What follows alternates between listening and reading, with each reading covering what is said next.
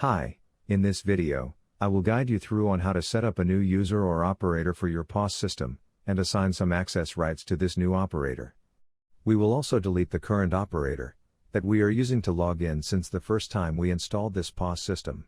Let's log into the system using the current operator, with the password 1. If you already had items set up, just exit from the sales screen.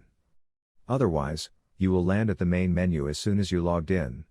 Now at the main menu, go to Configurations. Then, go to Operator and press Maintain Operators. Here, you will see the list of operators in your system. Let's delete the default operator 1 by selecting it and choose Delete Operator. Next, we will create an access right for our new operator. Under Access Rights, press Create Access Rights. Enter the access level, for example, 100, and the description. For our example, access level 100 will have more access rights than level 50.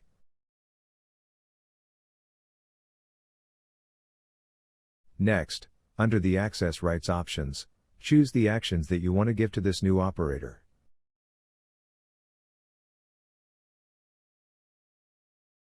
When you are done, press Create and close this screen.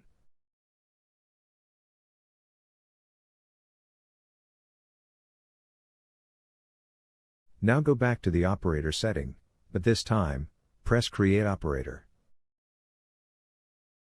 Enter operator code 2, and operator name.